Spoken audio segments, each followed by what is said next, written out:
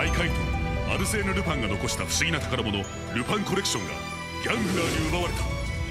失ったものを取り戻すために戦う怪盗、世界の平和を守るために戦う警察、君はどっちを応援す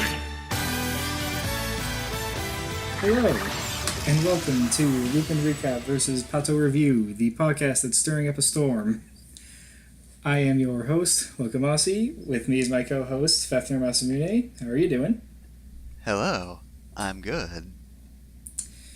And we're going to have a little chat about the newest, at the time of this recording, the newest Sentai series, Lupin Ranger vs. Pata Ranger. I'm not going to say the full title, because that's 6 whole words. It's very long. So we should probably start by explaining who we are. I know almost nothing about Sentai, and about as much about Power Rangers. Oh, guess what? Same with me. I never did watch Power Rangers growing up, and in terms of... I haven't even watched Sentai. I have watched one episode of the original Kamen Rider. Other than that, though, I think all of my knowledge of sort of the general genre is probably just from the mid-2000s Mega Man type series, because they did do a lot of Sentai-esque stuff. Whole lot of form changing. Mm-hmm. I have watched Power Rangers Samurai ironically with my little brother and made fun of it. And I have been in the same room as Power Rangers Ninja Storm from time to time. And probably others, but those are the 2 I remember. I'm watching this Sentai because it is the first to have 2 opposing teams, and it seemed like a neat gimmick, and it got me to watch it, so good job coming up with that gimmick, everyone. You did well. It rules. It is. I guess if you want to boil it down, cops and robbers as a Sentai show. They've split the team in half, kind of, because there are 2 Red Rangers, 1 on each team. Mm-hmm. The Lupin Rangers have the Yellow and Blue Rangers, and the Pat Rangers have the Pink and Green Rangers. And that makes the Pat Rangers the first the Sentai team to not have a Blue Ranger. And it's not really that big of a deal now that it's happened.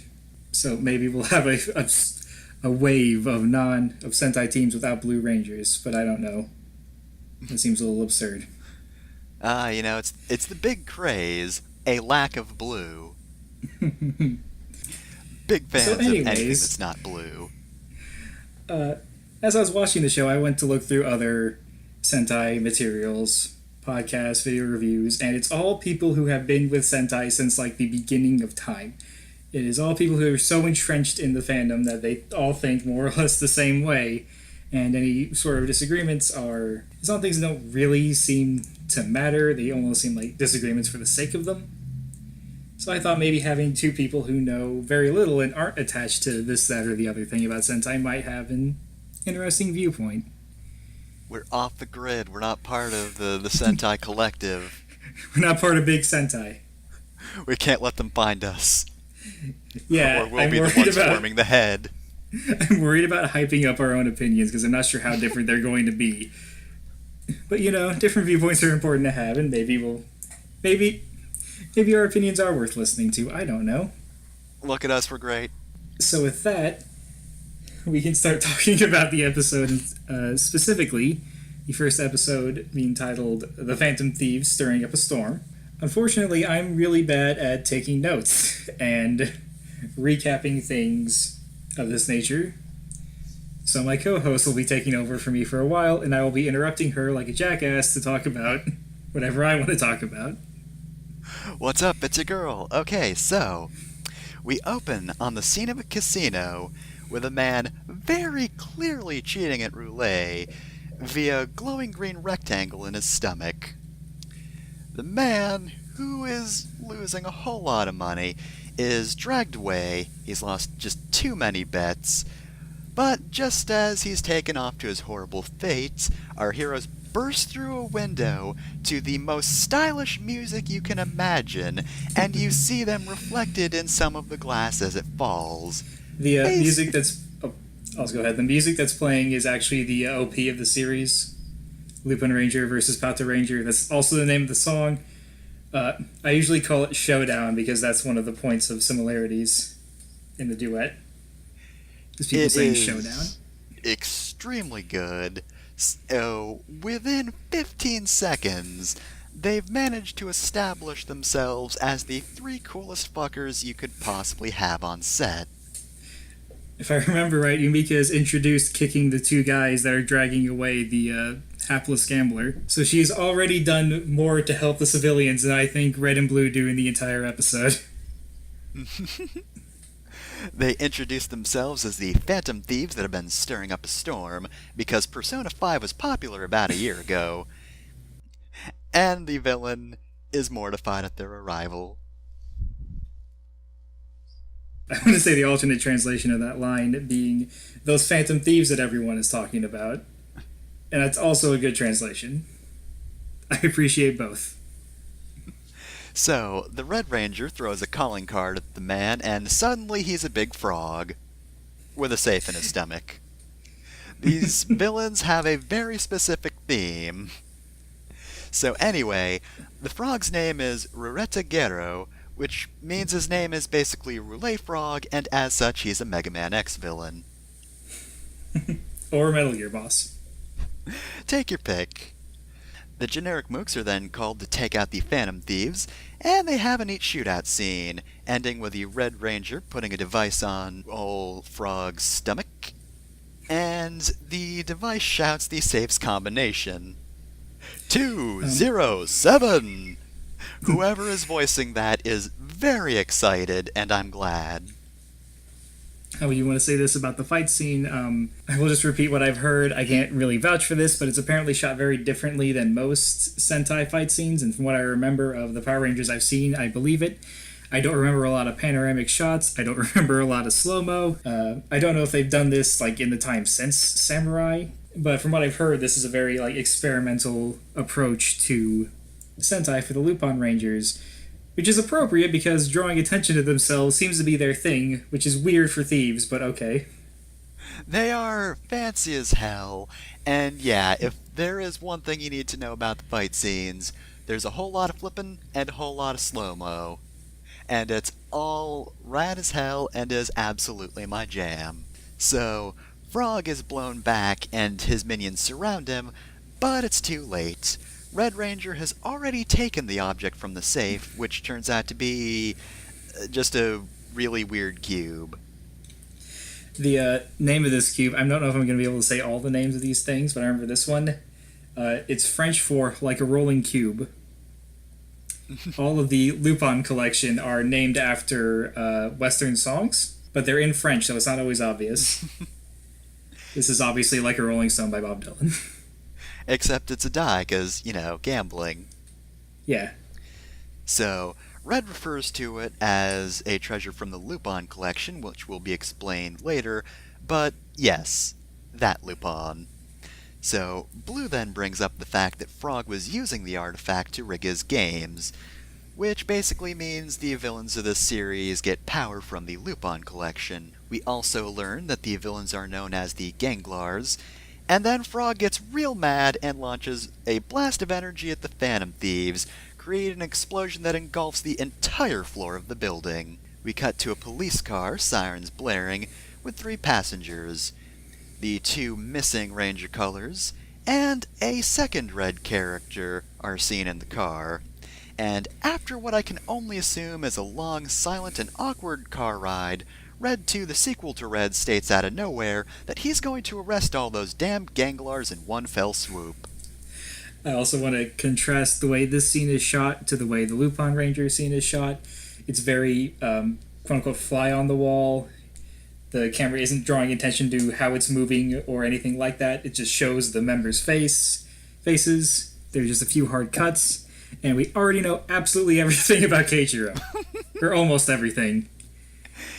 And this is more traditional Sentai. Even though it's not a fight, this is how a traditional Sentai fight is usually shot. Mm-hmm. He's very intense. So, we cut back to Frog and his minions laughing after definitely killing the Phantom Thieves.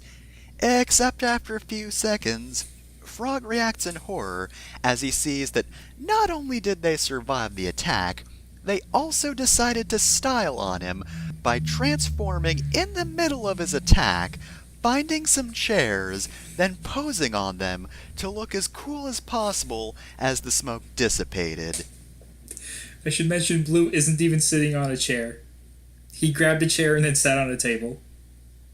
And yet somehow, the sheer intensity of how rad this is does not kill Frog on the spot. So the Lupin Rangers, now in their proper attire, have an even better gunfight set to the show's main vocal theme. The police arrive just in time to see the Lupin Rangers throw Roulet Frog into the room, then blow him to smithereens with a combined shot from their guns. The Lupin Rangers taunt the cops, and Red 2 furiously decides to arrest the Phantom Thieves, since he's too late to arrest all those damn ganglars. Red 1, however, fires a jet from his gun, which launches to the sound of an air horn, because of course it does. Because 2015 is still alive and good. Red. And so... The Lupin Rangers are members of MLG. I would absolutely believe it. The Lupin Rangers escape, and the cops are left in their dust. Pink grabs their calling card as it falls from the sky, and whoever did the translation for this definitely used the font they used for the calling cards in Persona 5, because that was popular about a year ago. Red 2, as he is wont to do, intensely grabs the card, looks at it for a moment, intensely, and shouts, "Damn you, Lupin Ranger!" as he throws the card, which gets quite a bit of distance and then transitions into the title card. I want to say a couple of things about this card. One, having seen more episodes, that font is in the original Japanese as well. It's the same graphics on it. Nice. And two, this is a reference to the sort of calling cards that Arsène Lupin would send, except he would send them like weeks, days, months in advance so that people would have time to prepare. Yeah. Lupin Rangers just sort of show up and then hand the cards over and then immediately rob them, which isn't how it works. But they're going for a stylistic approach, not a functional approach. It is, I guess, the thief equivalent of just shouting, "Think fast." So, after that wicked example of a throwing arm, we see a colorful cityscape in the next morning. Both the news and social media are raving about the Phantom Thieves, and of course their exploits are the subject of conversation between some passerbys. As they leave the scene, we're properly introduced to Red 1, Yano Kairi. Kairi is basically the Ryuji of the group, because the moment he hears somebody talking about the Phantom Thieves, he's outwardly excited about the popularity of his team.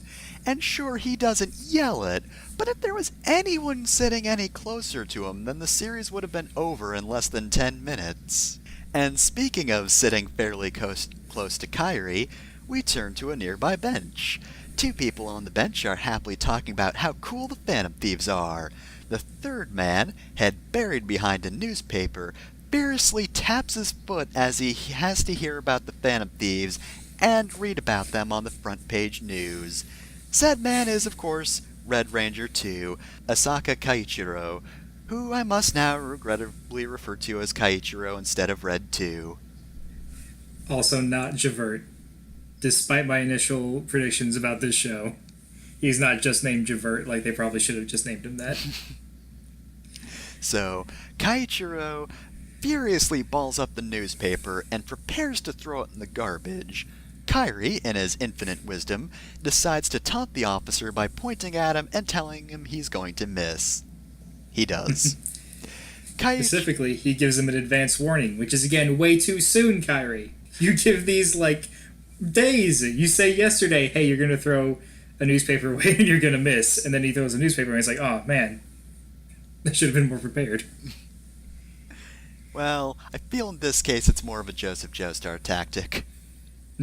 You're about to botch that shot.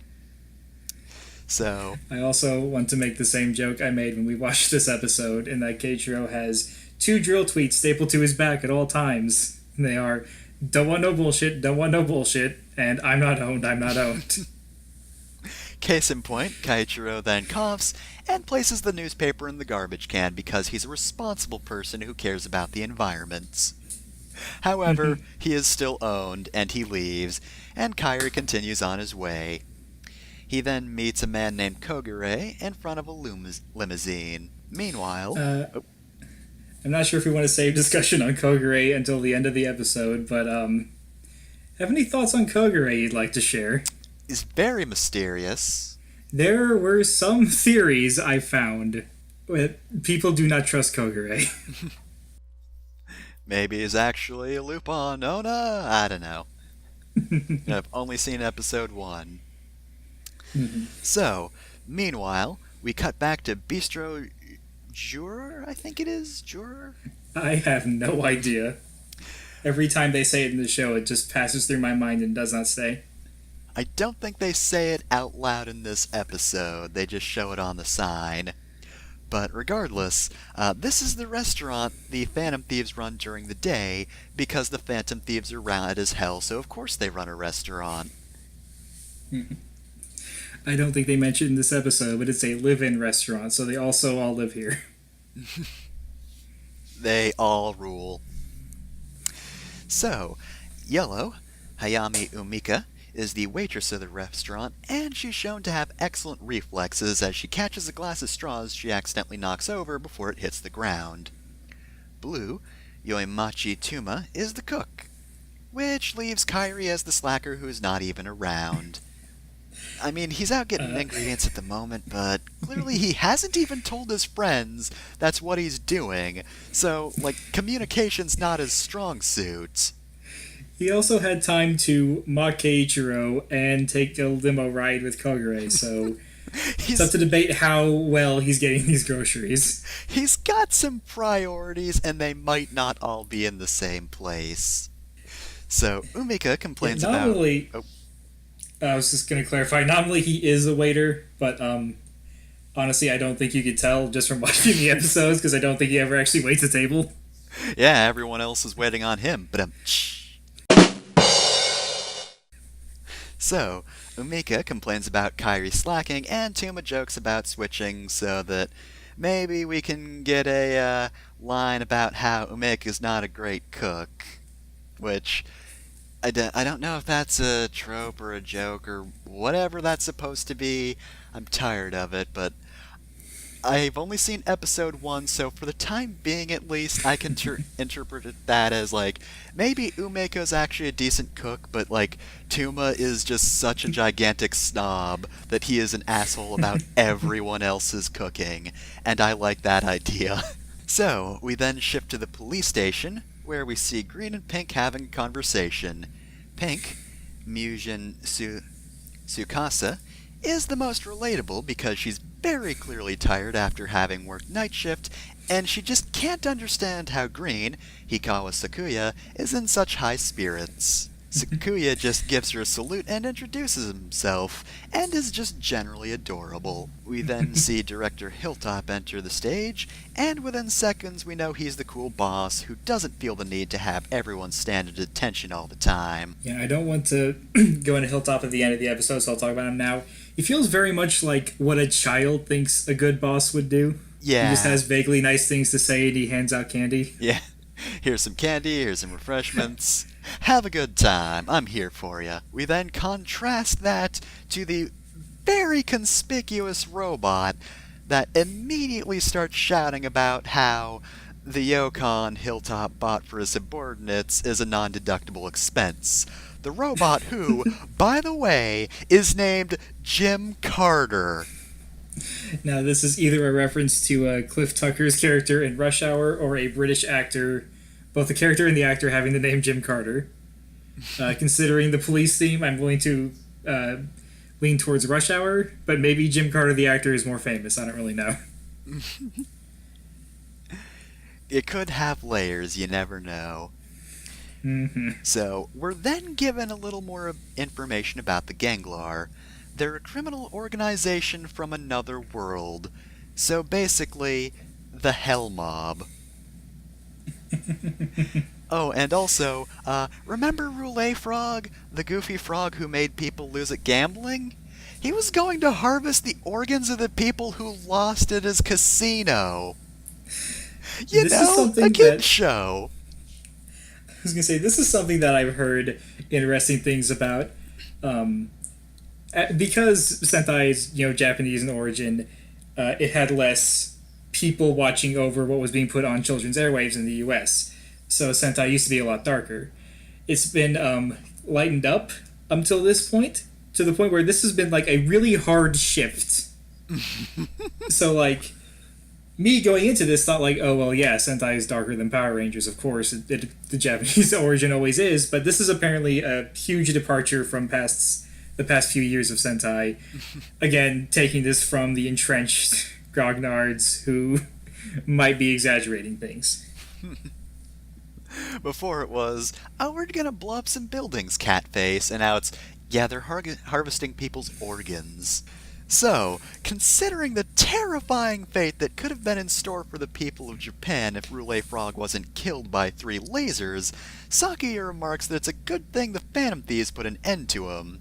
However, he does this at the wrong time, as Kachiro happens to be walking onto the set, or maybe he was still 10 miles away from the station, and the mere mention of the Phantom Thieves caused him to angrily warp back to the base. As much as I love that theory, that wouldn't work because everyone's talking about the Phantom Thieves, so he would just be blinking in and out of existence all over the city. I like that idea! He just runs up and screams, "Stop talking about the Phantom Thieves," then vanishes. Quit it. He was only able to anchor himself with the power of that newspaper. So either way, Sakuya gets a major chewing out, the likes of which have probably been witnessed at the station many times before, because he immediately knows what he's in for once he realizes the chief's there. Tsukasa, moving the plot along, ponders just who those Phantom Thieves could possibly be. In response, Jim Carter suddenly grows human arms in order to activate his PowerPoint on just that subject. The police already know that the Phantom Thieves are after the Lupin collection that the Ganglars are in possession of. And for some reason, Kaichiro really hates the fact that the Phantom Thieves are stealing from the actual, literal demons from an otherworldly crime syndicate. I don't think there are any rules about possession when demons are involved, but damn, if it's unlawful repossession, then it's still wrong. I feel like they backed away from this in other episodes, and they seem to be more about, like, Keiichiro's upset about vigilante activity. I don't think they talk about stealing from thieves as still stealing after this point. So, after the PowerPoint is over, Kaichiro returns to shouting at Sakuya because he's not done yet. But in an effort to calm him down, Tsukasa shoves some candy in his mouth.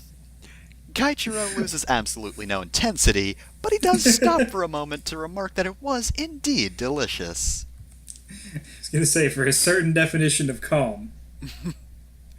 It is probably about as calm as Kaichiro is in this episode. And it is only due to words, not actual intensity. So, we return to the limousine, where Kairi gives Kogure the cube he recovered the other night. Kogure magically places said cube into a book, then Kairi begins expositing on what the Lupin collection actually is. True to the name, this is the collection of the treasures left behind by Arsene Lupin. As it turns out, Lupin collected magical artifacts that could be utilized by demons. Now, I haven't read up on old Arsene Lupin, but I don't think he stole giant miscellaneous objects that are just repurposed props from older Sentai shows. Yeah, I don't think he stole Phantom Rubik's Cubes. I don't know, maybe we're wrong. I should probably read some Lupin, but either way, the Ganglars had stolen that collection, and Kagure's family is ashamed that such a theft took place. But Kairi's not particularly interested in the social status of Kagure's mysterious family, just the fulfillment of a promise he alludes to, but doesn't yet explain. We then finally cut to the Ganglar's castle, where the demons are having a good time despite the death of Roulette Frog in his very nice casino. In fact, until this scene progressed, I thought they may have been celebrating his death. Fuck that guy!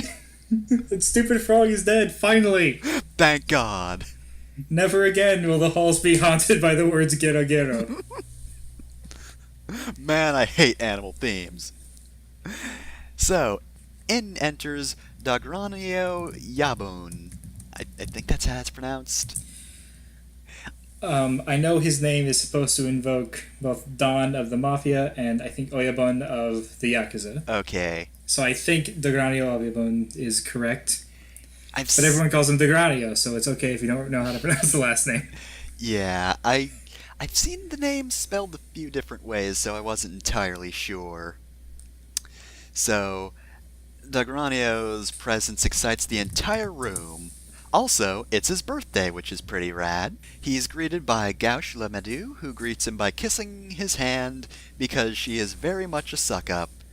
However, Destra Maggio, who's slightly less of a suck-up, yells at her, but he's dissuaded by Dogranio himself. These two very much do not like each other. Once Dogranio leaves the scene, they both huff at one another and just make off for opposite ends of the room. So? I want to say a quick thing about their names. I believe gauche is French for left, and destramano is Italian for right hand. So their names are left and right, and they are the left and right hands of Dogriano. Yeah, that makes sense.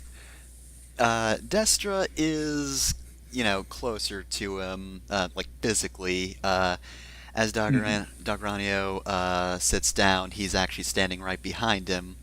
And I forget if this is a thing, but I feel like left hand is sort of a symbol for, underhandedness or something like that. I could be confusing it for something else, but... There's also, there's a lot of talk about, the left and right hand and how they interact, and I think the right hand is supposed to be the more present, obvious one, and the left hand is the one moving behind the scenes. Yeah. Which makes sense, because in this scene, I think Gauche is seated in a position where it's not incredibly obvious how high up she is in the hierarchy. Yeah, it's kind of hard to see her in the crowd, actually. But Destra is right there behind him. Yep, can't miss him. Ready to hit somebody with a hammer if they look at him wrong. Yeah, I don't know when he picked up that hammer, but he sure does have it. So, everyone takes a seat, and Dogranio makes a big announcement. He's grown weary of the life of this demon mob and plans on choosing a successor. Whoever seizes the human world will be chosen as the new leader of the Ganglars. Everyone cheers, and he takes a sip of wine. And we now have the reason all of these villains are going out and doing their own thing. Yeah, I at the risk of diverging from the recap for way too long, this scene is definitely one of my favorite scenes of this episode because it establishes, why don't the monsters all attack at once? If these is a gang, as implied by the name, do they know each other? Turns out they do. They love their boss. They don't all love each other, but they get along well enough to sit at a banquet together. And the really quick introduction of Gauche, Destra, and Dogriano was just really good for how much character they're able to get across in that short amount of time. Mm-hmm. Destra's the hard ass, Gauche is a suck up, and Dogriano is too old to care. He's just having fun. He's some weird, evil version of, your favorite grandparent. Yeah, do whatever, I don't care. Yeah, burn that house down. Kill all those orphans, whatever. I'm Dogriano, I don't care.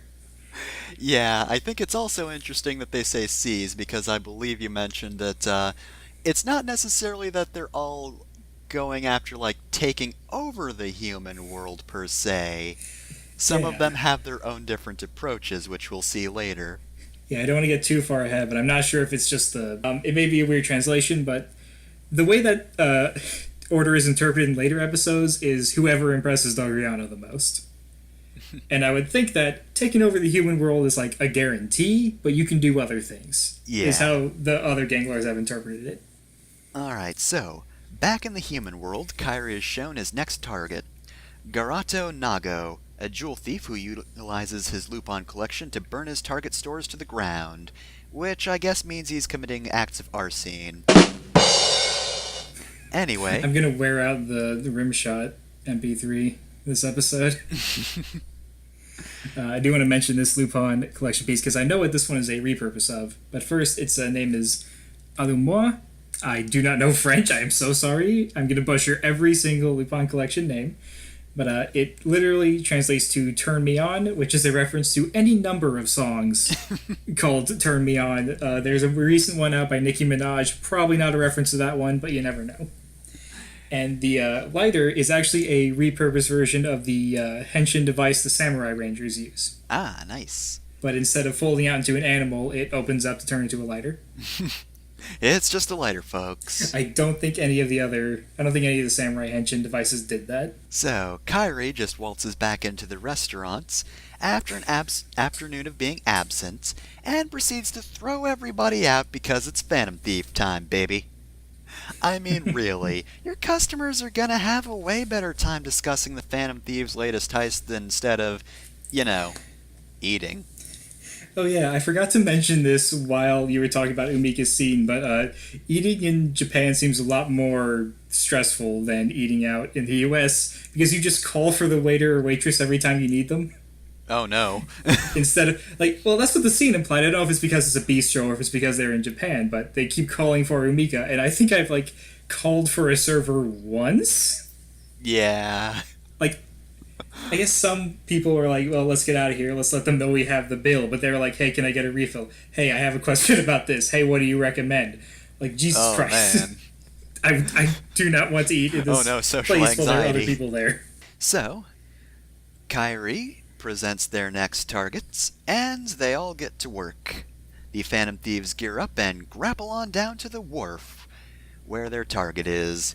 We get a montage of the Lupin Rangers doing some cool tricks and stealthing to their destination, and eventually, they wind up in the vents and they overlook Garato laughing over his pile of treasure. Umika sees a very tiny spider and freaks out suddenly, alerting the Ganglars to their presence. The guards fire at the vents, sending them crashing to the floor. The Phantom Thieves' entrance is a little less cool this time, but they managed to look dignified enough emerging from the dust and metal, so at least we know their improv game's pretty solid. Look, there's two ways to be cool. One is to make things look effortless, and the other is to make things look like they're taking a whole lot of effort, but you're doing it anyways. And I mean, really, you couldn't have looked like you were taking effort against Roulet Frog. I mean, come on, look at the guy. So, a gunfight begins, which immediately alerts Jim Carter to the Ganglar activity. But before the cops mobilize, Director Hilltop comes in and tells the group that the provisions they've been waiting for have arrived. He opens the briefcases he has in his hands, and the three look at its contents with surprise. We then jump back to the scene at the warehouse where the Phantom Thieves finish off the remaining mooks, and with them dead, Garato finally decides to do something. And as it turns out, the ability to control fire is pretty useful, actually. The Phantom Thieves can dodge his flames with the usual flash and style, but they find themselves unable to gain any ground against their opponents. Red then throws a small cluster of cards at Garato, who sets them all on fire, accidentally blinding himself in the process.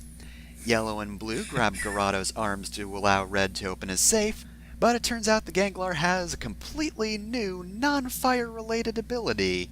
Having 4 arms, actually. With his extra this is another running theme, is that most Ganglars have 2 abilities, one from the Lupin collection and one innate to themselves. And which one is which becomes a point of strategy in later episodes. Yeah. The lesson here is, they really should have checked for more gimmicks. Because with his extra 2 arms now extended, Garato stops Red's assault, shredding his hat in the process. He then incapacitates both Blue and Yellow. So, Garato then threatens Red to either save himself or die with his partners. Red then has a flashback to the promise the 3 of them made. If any one of the 3 are ever in danger, the rest would leave them to die instead of risking themselves. Red stays, but dodges out of the way of Garato's fire, grabs his gun and fires at the ceiling, causing it to collapse on Garado and the other two thieves. I will talk about this scene in more depth after the recap, but I do want to ask, did you see that coming when we watched this? You know, I gotta admit, I did not. I feel like a lot of people don't, because when have you ever seen a team that made a promise to abandon each other if the going got too rough? It is like sort of, I don't want to say a common trope, but like a lot of things do subvert that. Like they take a team dynamic and turn it on its head.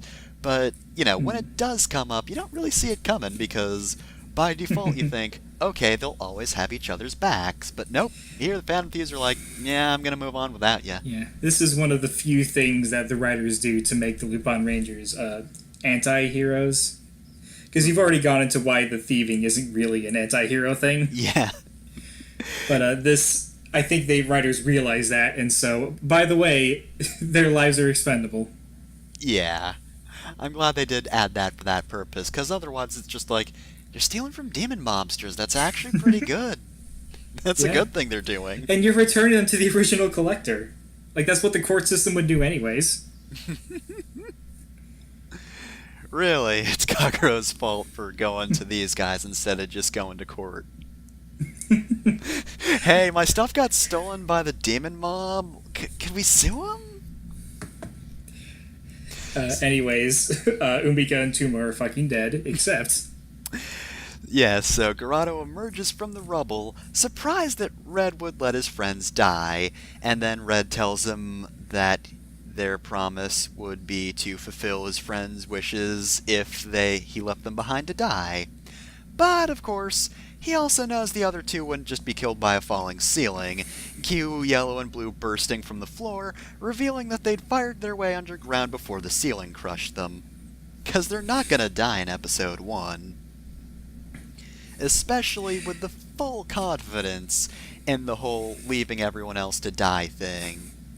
I also want to point out the way the Ganglar avoided being crushed by the rubble was by Fist of the North Starring it, and using his forearms to punch every individual piece of rubble before it could fall on him. Rocks can't hit you if you punch him first. This is Sentai. He does make a very quick recovery. And with that done, the Phantom Thieves undergo Kaido change, this time on screen since the Roulette Frog wasn't good enough to see the suit-up sequence. I'd also like to point out that their transformation code is 010, because it was probably too difficult to synchronize a more secure passcode. I will talk about that. That is specifically the Red Dial Fighters code. It is, I think there's a pronunciation of 0 and 10 in Japanese that gives you ret. Dang. Blue has a similar thing, but I can't remember his dial code. And Yellow's is 116, which can be read as Iro, as in like a weird way of saying, not a weird, but a different way of saying yellow.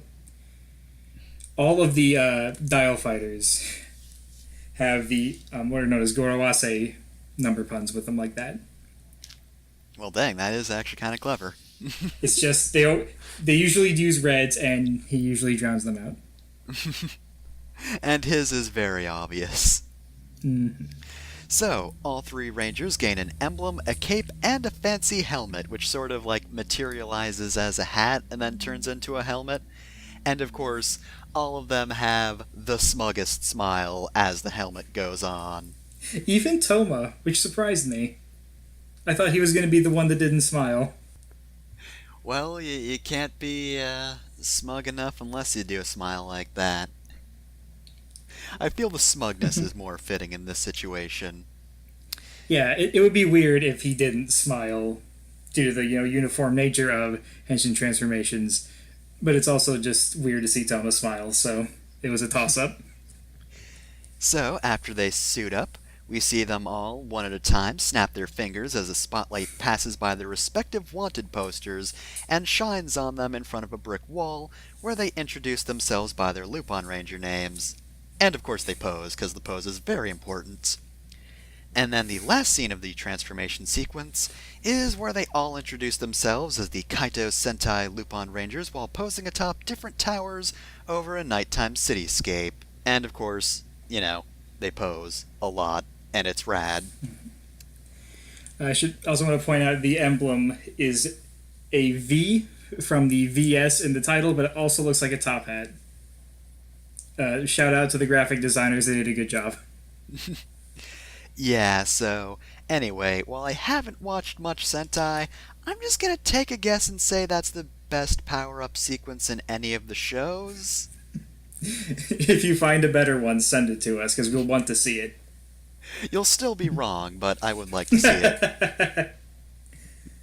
So, by this point, Garato probably knows he's fucked, and sure enough, next scene, we seen him being thrown through the door, and he is tossed through several barrels and crates.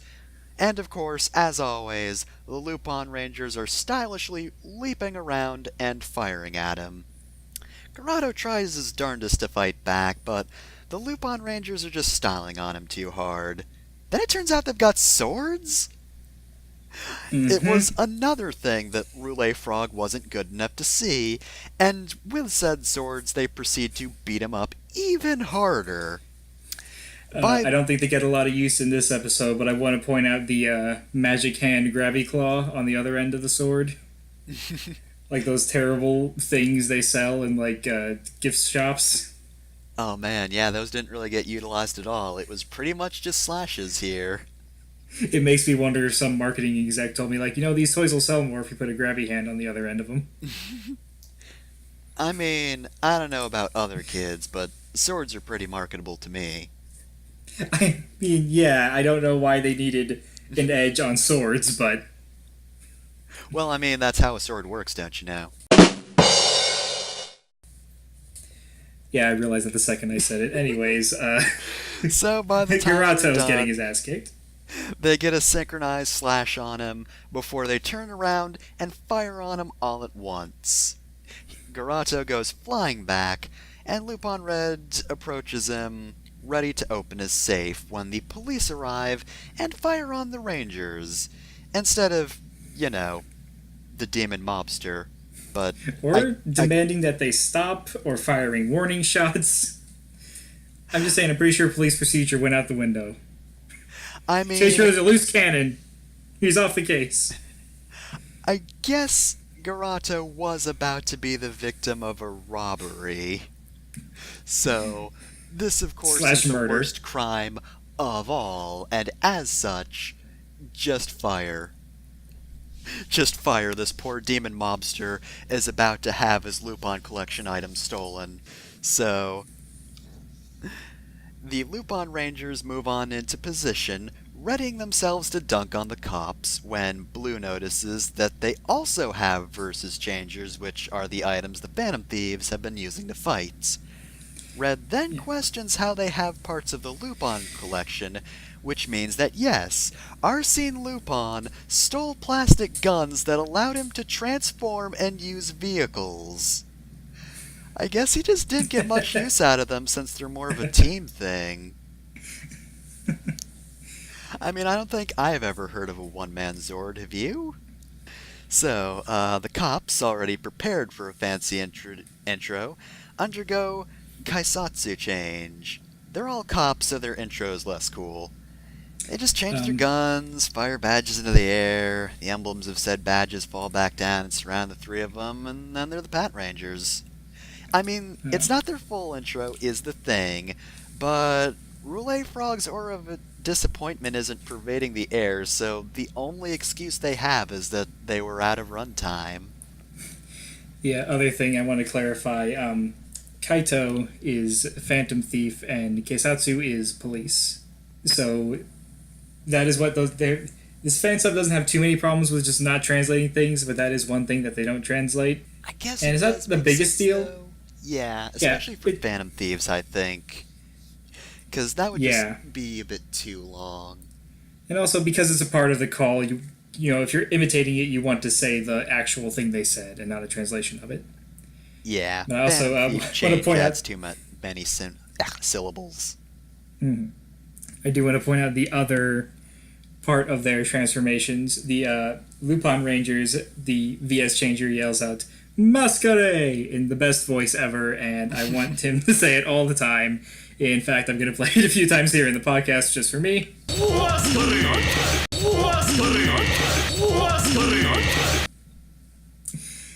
And the Pot Rangers get Patronize, and I'm not 100% sure what they're going for. I guess it's a combination of patrol and rise, but that doesn't make it obvious because Pat is its own word. Also, I just realized that the Lupin Rangers' full name is Phantom Thief Sentai Lupin Rangers, if you translate Kaito. Yeah. It is just cops and robbers. It's Phantom Thief versus Police Squadron. I can't see why they just keep Kaito, though. Mm-hmm. So the cops introduce themselves as Pat Rangers Ichigo, which is Kichiro, Nigu, which is Sakia, and Sengo, which is Tsukasa. And the episode ends with both groups facing off, and the Lupin Rangers in disbelief. And in Kairi's case, annoyance. I'll just clarify, if you're listening to this podcast, you probably already know this, but Ichigo, Nigo, and Sango means first, second, and third. Yeah. So instead of names, they just have designations. Which makes sense for the cop theme, and also as they introduce themselves, they hold up the appropriate number of fingers. And I don't want to get too far into this, but it's weird that Sakia is second, because he is the junior member. Yeah. I'm just saying, maybe somebody should investigate the person who handed out these designations. Send him to a sensitivity training class. Well, I mean, Green was 2, and he already had the green color scheme going. You mean Tsukasa won't wear a green uniform? She just won't. She slaps it out of our hands every time we try to give it to her. Alright, and that is the episode. I don't know if you wrote down anything for the next episode, the preview we get at the end, but I'm looking at it right now so I can summarize. I'll do one thing in this podcast. Next episode is Global Police Give Chase, and it's showing off how they're going to be using their Zords, we're going to be calling them Zords, use their Zords outside of transforming into a giant robot in a chase sequence. And it's showing us that the first Zord combination we're getting is the Lupins. Which makes sense, because, you know, they kind of have to get away or they'd get arrested. And that'd be the end of it. And it becomes really obvious that the dials on the dial fighters are supposed to look like top hats when you look at the Lupin robot. It's not obvious on the plane, but once they transform, it's like, yep, that's a top hat. Yep. We have planes with top hats on them. That's our Zord. Now I'm just imagining planes with an actual top hat.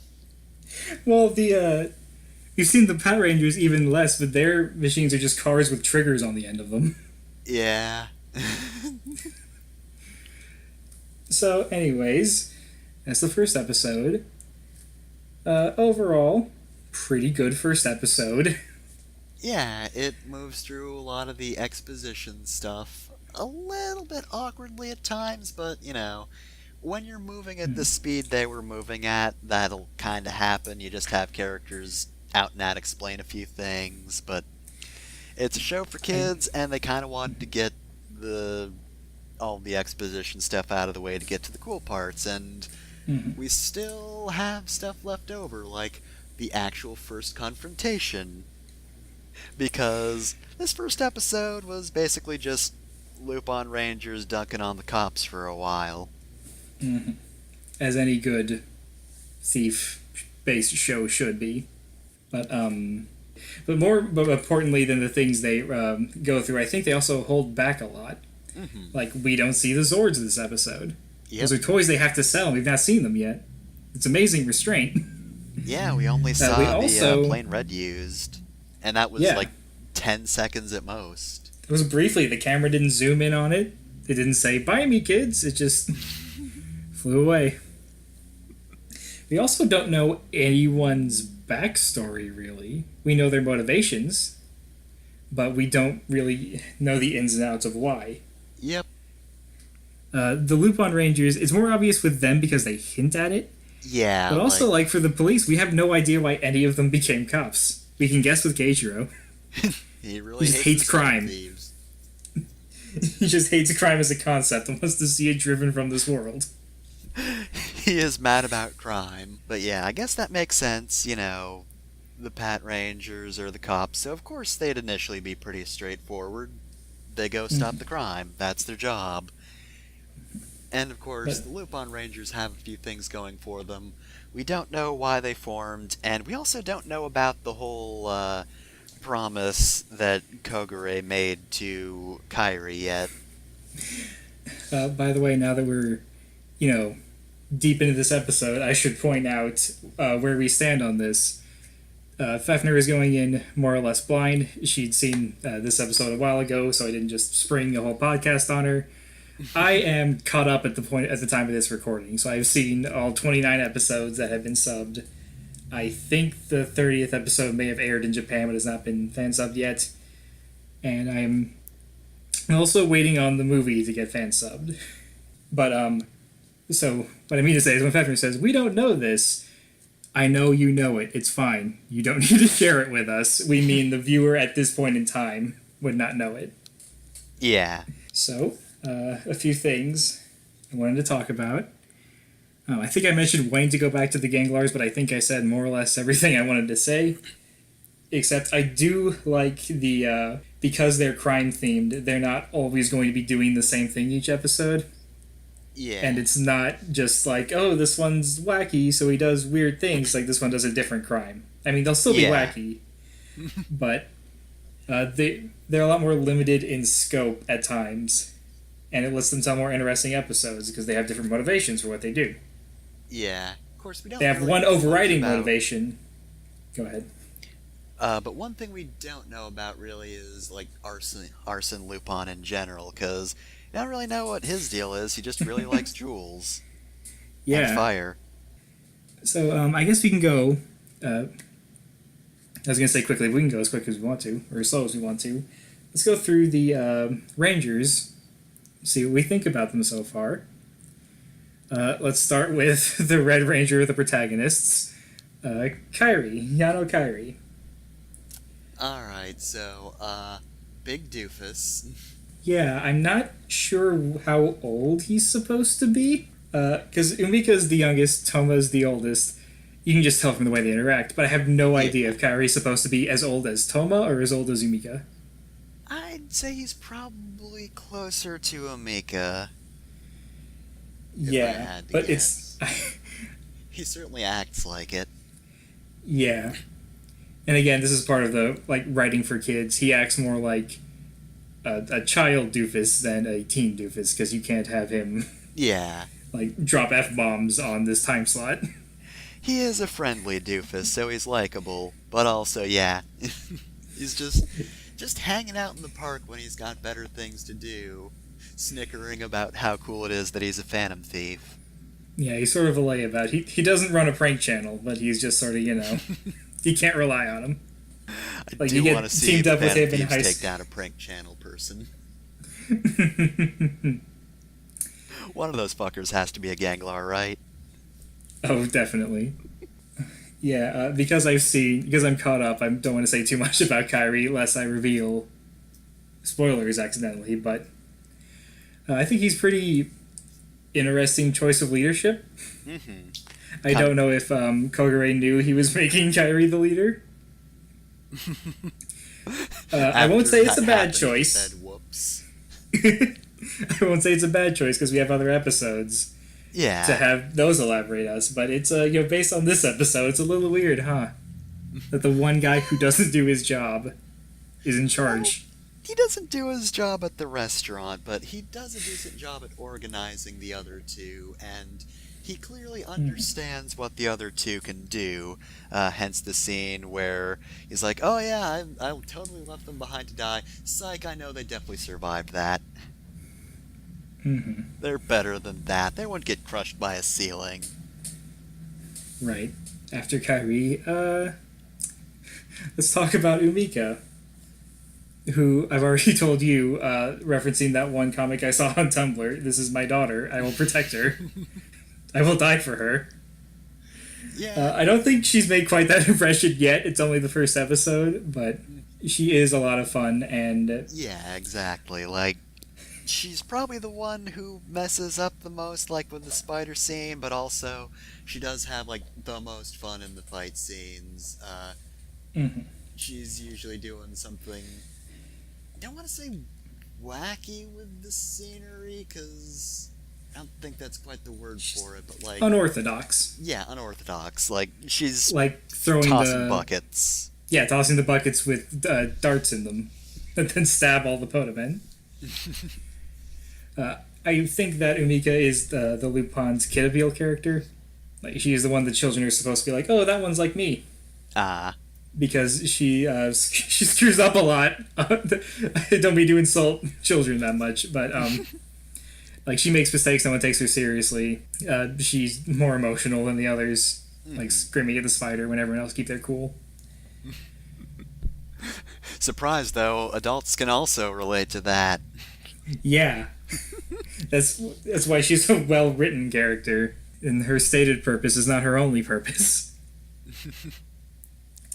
And that leaves the last Lupin Ranger, Toma, who is a slow burn, interesting character. He doesn't do a whole lot, but I think the stuff he doesn't do says as much about him as the stuff he does do. Also, he's not, like, an edgy rival character, but he's that guy who's a bit of a dick, but, like, not in a way where I hate him. He's a bit of a dick because I think he has his life together better than Kairi. Yeah. It's less like, I'm trying to show you up, and more like, really, you're still making these mistakes? Yeah. Like, don't you have to worry about college? You haven't applied yet, Kairi? Really? He's like a stern father. Yeah, he takes his job very seriously, which again is why I'm hoping they're not doing that whole, like, oh, the woman's bad at cooking, how wacky trope or joke or whatever that's supposed to be, and it's just Tuma's a dick. I won't spoil this for every speculation you make, because I don't want to discourage you from speculating, but you can rest easy. Oh, good. Toma is like a world-class chef. Okay. Swapping him out for anyone would be a bad idea. Okay, good. And there are the Lupins. I guess I'll do one little thing about the overall opinion on the Lupins. They're clearly the protagonists. Yeah. I have a bit of a beef with the marketing director who decided, if we sell this as a Versus series where the teams are equally matched, we'll be able to sell more toys. And not everyone's just going to want Lupin toys. We'll get some people to buy the police toys too. And the police are important. They're definitely worthy of sharing the title, but they're clearly the secondary protagonists. Yeah. And not just in this episode. Show as a whole. Who wrote for? The protagonists, obviously.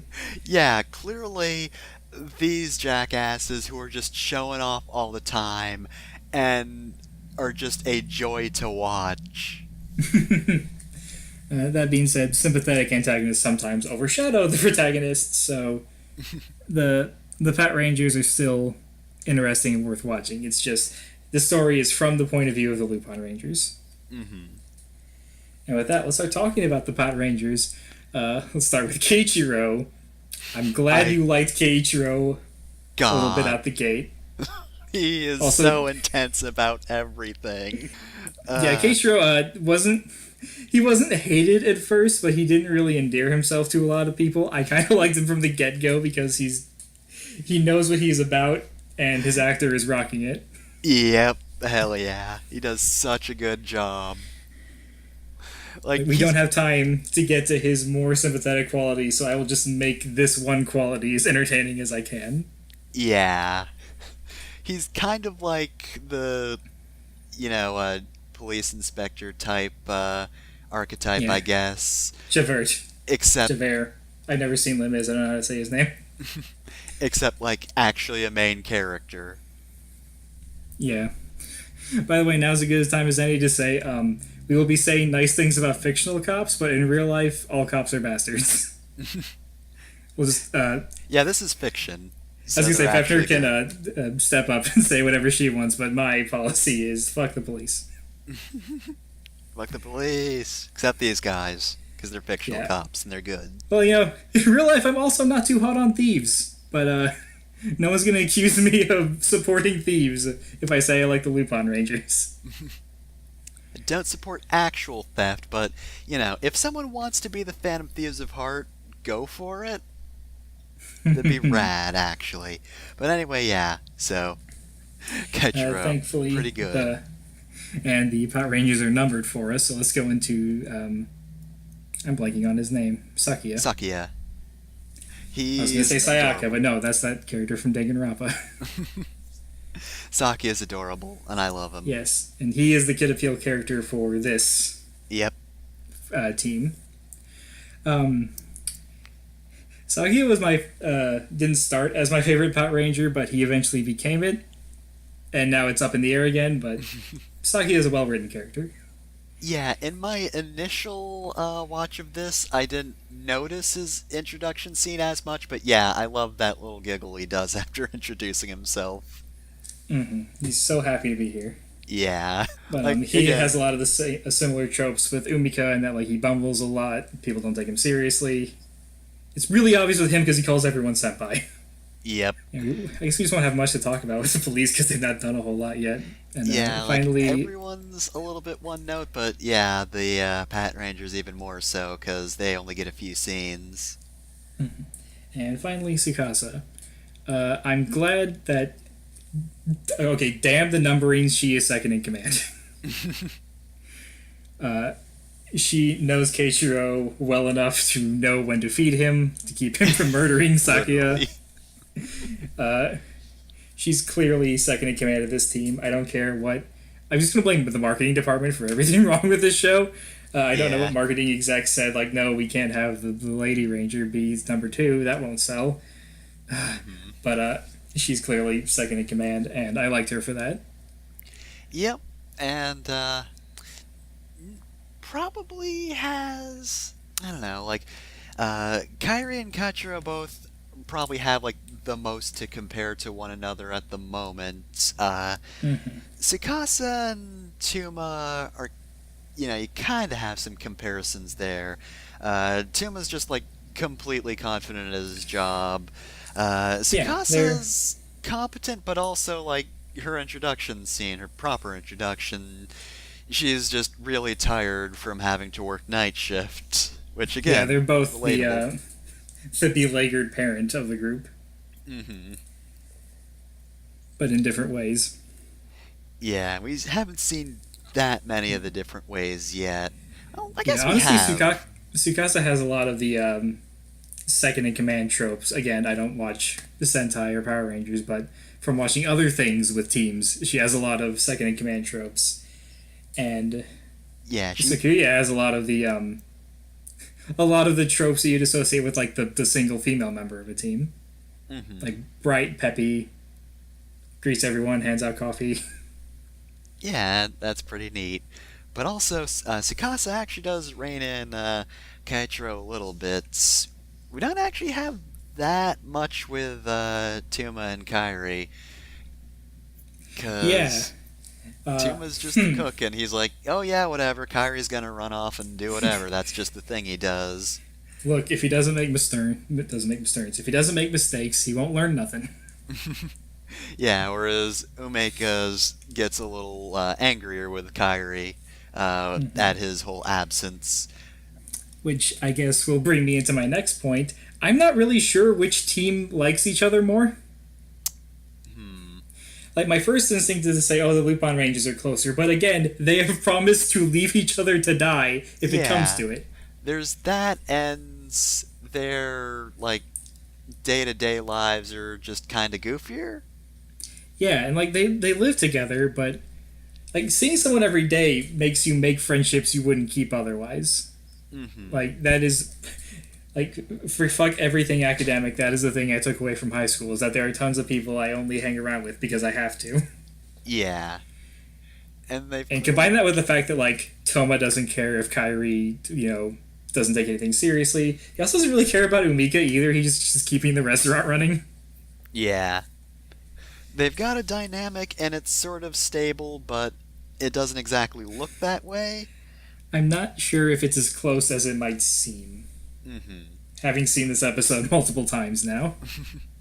Yeah, whereas the cops, obviously you have Kaichiro yelling at Sakuya, but otherwise, they get along pretty well. They have Yeah. actual authority in the station, Mm-hmm. so they answer to people. It's not just, It's not an employee-owned yeah. business like Bistrojuro. Kairi's the leader, and you have Kogure, who they're working for, but it is definitely a much different dynamic than the Pat Rangers have with Director Hilltop and Jim Carter, the robot, whose name I will never get over. By the way, Hilltop is probably a pun on Beverly Hills Cop. There is something in the most recent episode that I can point out when we get to it. Oh god, fucking months from now. But alright, so talked about each member individually. Any other characters you want to have a quick discussion about? I mentioned Kagure. No one trusts Kagure. And he's not. I don't want to say too much about like his actions, but at first it's just like, who is this guy? Why is he talking to everyone? Why isn't he like at the restaurant with everyone else if this is so important? He just does some things that, like, if you're cynical or suspicious, you might think, I don't trust this guy. Yeah. He showed up in a limo and just acts like he knows what is going on. Yeah, he's very Who mysterious. is this? We don't who know is his this family. Who is this sassy lost butler? What is his job, even? How can he afford a limo? How does he make so much money working for a fictional character? Yeah. So, I guess that is actually also a good contrasting point, because again, look at this untrustworthy guy. Meanwhile, Director Hilltop, you know what he's about. He's the cool Look boss. at your dad. He's your cool dad who just wants to be your friend. All And right, his well, strange robot husband, who will always complain about everything he does. glad they have a robot accountant. Who brought But- Excel to life, the fool. Well, A new generation of Clippy. I think that's enough about the first episode. We already know we already have an idea of what's going to happen in the second episode, but Fafner, any general theories, predictions? This isn't the sort of show that lends itself well to that, but Yeah, it's usually more... any called shots you want to make that aren't, glaringly obvious? Maybe a few that are glaringly obvious. Get a couple wins in. Well, I mean, They're I all believe worth I the same amount of mentioned points in the end. this to you before, but definitely calling at some point in the series, they're gonna twist the whole, promise that the Phantom Thieves have. I'm pretty sure that at some points they're gonna be worried about one another and go back on the promise at a point in which one of them will actually probably definitely die if they are not helped. You think that promise is going to be called explicitly into question? Yeah. Now that I mentioned theories, I don't know if you have another one, but I remembered one about the one of the pre-show theories. There is a theory going around that for the first 20 episodes, the teams would not meet. You would get a Lupin Ranger episode, a Pot Ranger episode, alternate for 20 episodes, and then they would not meet until the 20th episode. Less than 5 minutes in. Shot that I down. know. And even if they want to pass that off, oh well, they interacted there, but not really. At the very end, they start fighting in their transformed states. Also, you've only seen the first episode, but I'll let the viewer in on a secret. This show would suck if they did that. The show is so much better because they didn't do that. Yeah, honestly, I can't really think of a way that would really work, because, the Phantom Thieves, what would they do if they didn't have the cops on their back? Yeah. It would kind of work from the Pat Ranger perspective of, hey, who are these Phantom Thieves? We've got to find them. Except even then, if they don't get close to the Phantom Thieves, they don't get close to the Ganglars, and, they're the monsters of the week. What are the cops going to do if they don't fight those? And also, we can't get a police procedural thing if, like, we've already seen how the crime was done. Yep. We can't have the police investigate because the audience has already seen in great detail last week how the Lupin Rangers pulled this off. Yeah, it would be difficult to pull off that sort of thing in a Sentai show, I think. Yeah, it would have been interesting if they were able to commit to the, no protagonist team, but still have them interact like this early in the show. Mm-hmm. But what they ended up going with the Lupin protagonist has worked so far. Mm-hmm. I don't want to say it was like the best decision because I don't really know, but I mean it's a good decision for what it was. I can't say that I would demand they do different. Yep, I am A-okay with the Lupin Rangers stealing the show. It makes sense. It's fitting for them. And with that is our first episode come to a conclusion. If you want to follow us on Twitter, the show has a Twitter. I don't know how much it's going to get used. That is at LRVSPR, because Lupin Recap versus Pato Review was too long, and every variation on Lupin Ranger, Pat Ranger was taken, so I had to go to the initials. If you want to follow me on Twitter, you can't, because I deleted my Twitter account because Twitter sucks. But you can find Fefner, if you me want to plug at yourself. Fefner Masamune. I'll probably be Fluffy Hellbore on there. We also have personal YouTubes under our names. I mean, I only have the one under Locomasi, but Fefner, you have several, so plug as many of those as you want. I mean, I only use one of them fairly frequently. The other is just Fefner Masamune NC, which is for non-commentary stuff. And then there's FM Riff, which I once commented, or like I did riff on the Sonic OVA, and that was fun, but that was actual years ago by this point. It's a good riff, though. You should watch it. We also do tabletop stuff every Wednesday. You can find us at usually 8:30 p.m. Eastern Time at twitch.tv/Batalisk, and if you want to watch the thread for that, we post updates and the VODs at lp.zone, and you can find us on We Stream Games. That's the name of the thread. It'll be it's created by Jenner, right? Yep. So look for that username and he created. Now, as much as I would love to say this is your advance notice and then tell you the next time the next episode's going to go up, I don't want to put myself under that kind of stress.